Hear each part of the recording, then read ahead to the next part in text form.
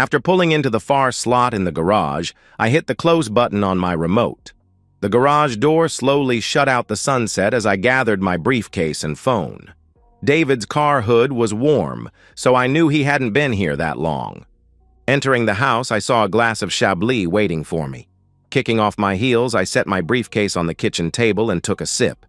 The view was magnificent, as was the taste of this wine. As I entered the living room, I announced my arrival. "Are you upstairs?" I announced. "About time. The bathtub is filling. Did you see the glass of wine on the counter?" "Not only did I see it, it's already half gone. I hope you have the bottle up there. Ready or not, here I come. Did you remember to pick up the lube?" I asked. "Duh! And risk missing out? Get serious!" Bouncing up the stairs, I found David in his birthday suit. I set my glass of wine down so I could unbutton my blouse. With his mouth opened wide, he waited for me to undress myself. Once the clothes were off, we engaged in our usual night of infidelity. After doing the deed, I went to shower alone. After drying off, I put a robe on and found David in the kitchen. The sushi, recently delivered, was very filling. David does have exquisite taste in wine and food. He is such a confident man. He takes what he wants, and he wants me. There's something about the aura of power. David was spent, so we spent the rest of the evening catching up on work. Classical music had a calming effect on me. We spooned after retiring for the night. The alarm went off as scheduled. He showered in the guest bedroom while I did the same in the master bedroom. We left simultaneously with the intent of heading into work. David and I walked through the kitchen to get into the garage. He hit the button to open the double-wide garage door. Mine was the further car. As I was placing my briefcase in the passenger seat, I heard David scream, "What the hell is this?" I looked in my side rearview mirror and saw what looked like boxes and furniture. They were blocking both cars from getting out. "Damn it! We need to get into the office before 9. There's no way we can miss that meeting," David roared. I responded, "Whose stuff is this? Why is it here?" David snapped at me. "How in the hell am I supposed to know that?" I recoiled at the venom in his voice. "Damn! These boxes are all glued or taped together. This table has to weigh over 100 pounds. Then the aha moment hit me. That was my kitchen table, the one my grandmother had given us when Anton and I got married. My stomach clenched as I checked off all of the furniture belonging to me. The sofa and love seat from our front room, the dining room table and chairs. My guess was that the box springs and mattress must be from our master bedroom. The dresser mirror was smashed. Anton knew how much I loved that mirror. I couldn't hold it in. After sprinting to the side of the driveway, I puked. "What's your problem? I've called for a ride share to take us into the office. The app says it will be here in 10 minutes. If traffic goes smoothly, we'll still have about 30 minutes to get things set up before the meeting." "David, this is my stuff. Anton knows about us." "Oh God, I don't want a divorce," I wailed. "That's just great. We need to get this thing out of here before my wife gets home tonight," David answered. It was my turn to snipe. "Well, big shot. What kind of plan do you have? We need to be in that meeting, and if history repeats, we won't be done until about 3. That means someone else needs to move this." "Well?" David was on the phone again. He was stomping around near the road when he screamed, "Hell!" I knew better than to speak. He was beaten red as he marched towards me. "The main road is blocked. Some idiot crashed on the bridge. Red lines in both directions on maps. The ride share just canceled as it's almost 40 miles to get here using the alternate route." My phone dinged as an email arrived. It was from Anton, my husband of 10 years. The email wasn't addressed just to me, as I was one of about 50 CC'd parties. It was also sent to the president of the company we were meeting with this morning to discuss merger details. "Leah and David regret to inform you that they were so busy disrespecting their wedding vows that they failed to make appropriate contingency plans. Please see any of the videos attached to get a sample of what I'm talking about. Some of you will get to work with my attorney as we sort out who owes what. Regards, Anton Marino." For the second time in 5 minutes, I cleared my gut, this time down to the dry heaves. "What in the hell is your problem, woman?" David asked. "Check your email, jerk," I recoiled. After 15 seconds, he replied, "I'll kill that mother flipper." I stayed on my knees as I wasn't certain that I could balance on my wobbly legs. Anton was good. He was not just out of town, he was in London. At least that's what I thought. If he was, he'd arranged for someone to empty our house of my belongings and block David's garage door with them. The attached videos in the email were certain to get David and me fired. Two things I loved more than anything, my husband and my job, gone for a meaningless short-term affair. When my cell phone rang, it was my personal secretary. In my best cheery voice, I answered, "Good morning, Anne." "Not really, Leah. HR had security empty your office. When you arrive, your badge won't work. Security will come to get you. I hope it was worth it, Leah. Goodbye," she answered. My tear ducts were already sore, but something told me I was far from done crying. David yelled at me, "Uber has a car in the area. We can still get to the office by 10. I looked up with my mascara-stained face. "It doesn't matter, David. I've already been fired." "What are you talking about? How do you know that?" David asked. "Anne called me. Security emptied my office." "Have you even talked to anyone?" I asked. "No. I sent Brett a text saying our road was blocked. He had the meeting pushed back an hour.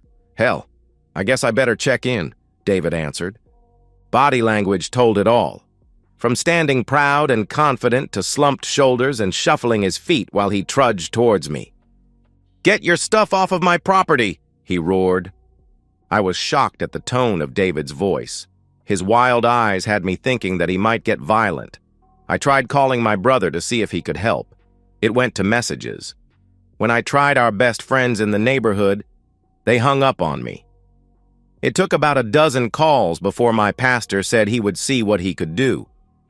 Reflecting on my poor choices, the next 15 minutes crawled by.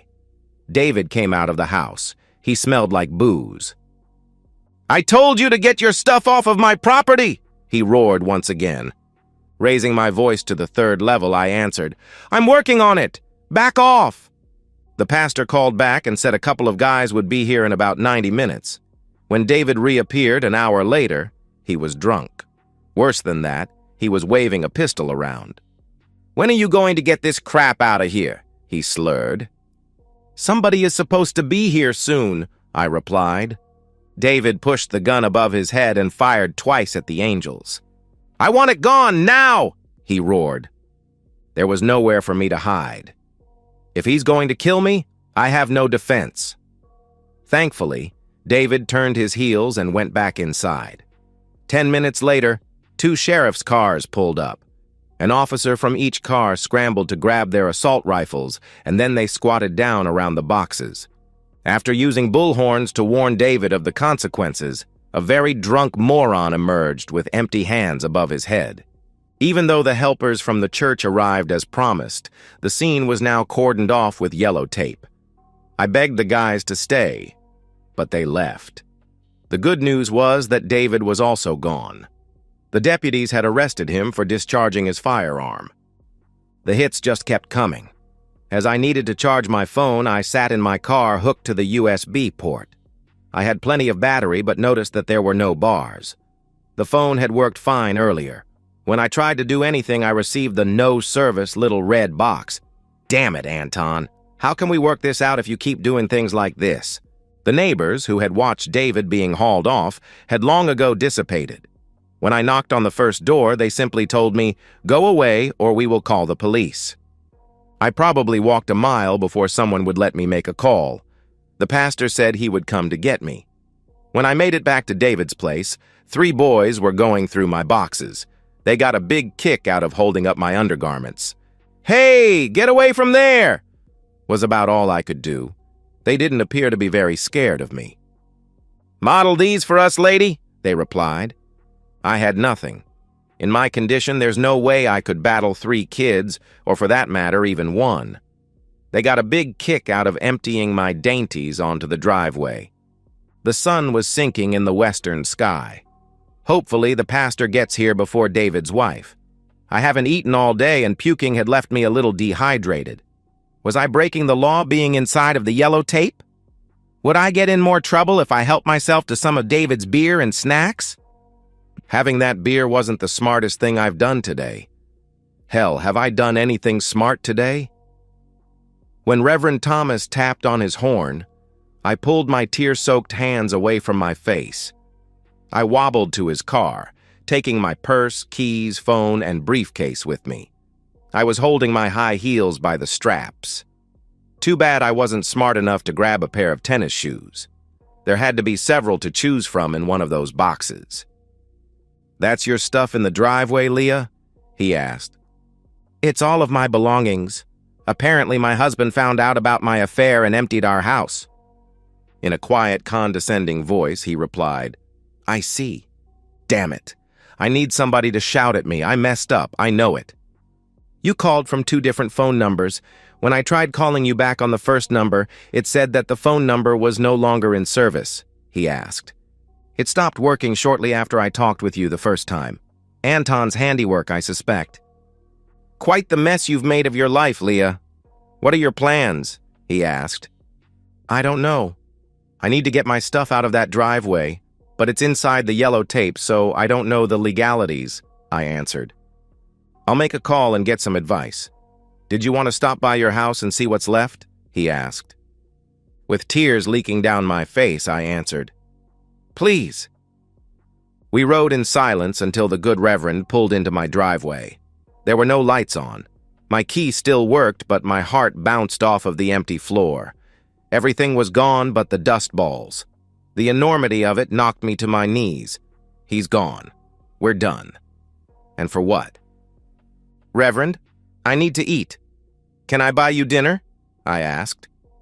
"A quick one. I have some marriage counseling sessions tonight. You and Anton should try to get on my calendar," he answered. I sobbed an unintelligible, "Will do." When I went to pay for dinner, my credit cards didn't work. Of course they didn't. Why should I be so stupid to think that Anton would forget about those? Fortunately, I had enough cash. Should I waste my time checking to see if my ATM card works? I did.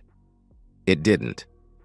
Borrowing an air mattress and some blankets from the Reverend, I spent the night in the echo chamber formerly known as my house. The pastor picked me up in the morning and allowed me to use his phone. Telling my parents what I'd done was very painful. I begged for their help. My father deferred to my mother. After we talked a bit longer, she said they would drive up tomorrow as my father had a doctor's appointment today. My parents did help me secure 2 rental vans. I assisted 2 young men from the church loading all of the boxes and furniture into the 2 vans. Many of my boxes had been looted. I don't know what Anton did with my jewelry. It was worth a bunch, but only time would tell if it was in one of the boxes. The entire time we were loading my things, a verbally abusive woman ripped me up one side and down the other. She made it very clear that she was David's soon-to-be ex-wife and that I should be very afraid. I believe her. She was very angry. After loading the vans, her driveway was clear. I backed my car out of David's garage. Life isn't difficult when things work. It is unbelievably difficult when nothing works. The young men followed me home, and an hour later I was alone with my belongings and my tears. According to the digital fuel gauge, I had 280 miles left before hitting empty. My first stop was the bank. Our accounts had a hold on them. My pleas for cash fell on deaf ears. If I had some money, they'd let me open my own account. This is like that chicken and egg thing. My last paycheck needs to go into an account which I can't open without that last paycheck. Why can't they just cut me a paper check? The next stop was the cell phone store. If I could provide a valid credit card, they would reinstate service on my previous number. I knew I had a credit card with a small limit, in my name only. The trouble was I never carried that card. I really needed to go through all of those boxes and see what was there. I spent the next few hours searching for that credit card. My jewelry was with my shoes. Eventually, I did find that credit card, and an hour later my cell phone service was working again. I left a voice message on Anton's phone. I seriously doubted that he would respond, but he proved me wrong when his ringtone played. "Anton, I'm sorry. Please believe me," I pleaded. "Sorry? Really? What exactly are you sorry about?" he asked. "Not being the wife I promised to be. We belong together," I cried. "Not happening. How many other times have you exposed me to some jerk's STDs?" he asked. "David is the only other man I've been with. We got too close at work and things just happened," I pleaded. "Well, I felt that if you were going to play house with David, then you might as well have all of those things you cried and moaned about until I got them for you." "I'm sorry, Anton. Where is your stuff?" I asked. "In storage. You can have the house. Hey, you can turn it into a cheating woman's house. Get it? A cheating women's house," he roared. "Anton, please, when are you coming home?" I asked. "Don't really know if I'll even come back to the States. Jeff Jenkins tells me you'll be served tomorrow," he replied. "Anton, I don't want a divorce. You know you'll have to pay me alimony now that I'm unemployed." "You keep thinking that, sweetheart. You trusted me too much. I had you sign a second mortgage application a few weeks ago. After getting the loan approved, I immediately converted all that cash into Bitcoin. Likewise, all of my retirement plans are coming with me. All of our accounts have holds on them. You'll eventually gain access to that money, but it will take time. You're welcome. I've quit my job and am starting a new life. This is the last phone call I'll make with this phone. Tag, you're it. It will take time, but you'll eventually find me cheating woman." "No, we can work this out, Anton," I pleaded. No response, so I tried again. "Anton!" Damn it. He disconnected. I called him back, but a strange voice answered. "Who's calling?" "Is Anton there?" I asked. "Who's Anton? Is that the guy who just gave me this phone? Are you the cheating woman he said would be calling? When do you want to get together, honey? He said you're not very good, but at least you're cheap." This time it was me hanging up. A minute later, Anton's phone called again. "Anton?" I asked. "No cheating, woman. Don't hang up on me. Do you still live at 1440 Jackson? Me and the boys are feeling frisky." I hung up as my heart started racing. Did this mean Anton wasn't really in London? He not only gave his phone to some sicko, but our address too? I called the police, who were less than concerned. Call them when someone is breaking in or at my door. I gave them Anton's cell phone number, but the officer claimed that it went to voicemail. Feeding myself from the Dollar Tree wasn't a very balanced diet, but it was cheap. While I choked down the food, a sedan pulled up. I raced upstairs and watched from the bedroom window. The car sat there for 5 minutes before leaving. I was terrified. One of the problems with having my cell phone number reinstated was that jerks like David could call me. It was around midnight and the jerk was drunk. It was somehow my fault that his wife was divorcing him. Fearing that gun he had brandished previously, I let him rant until he got bored and hung up. After days of resorting to crying, I was now stoic. Nothing seemed to matter enough to shed a tear. I was just beginning to pay the price. Dad helped me move my stuff to a storage unit. I was back living at home, only this time in the basement, as my former bedroom had been converted into a sewing room for my mom. It's been 2 years since that fateful day. Wherever Anton is, I wish him well. I screwed the pooch, but nothing like the number he did on me. Our house went into foreclosure, but at least I only owed a little after it settled. If I win the lottery, I may track him down, just so I can vent at him. I've vented at him about 1,000 times, to our wedding picture, that is. It helps me deal with the reality I dealt with myself. And that's the end of today's story. If you enjoyed it, please give this video a thumbs up and drop a comment below. Your support helps the algorithm push my content further. If you're new to the channel, don't forget to hit that subscribe button. It really helps me keep creating more stories for you. Thanks for watching, and I'll see you in the next one.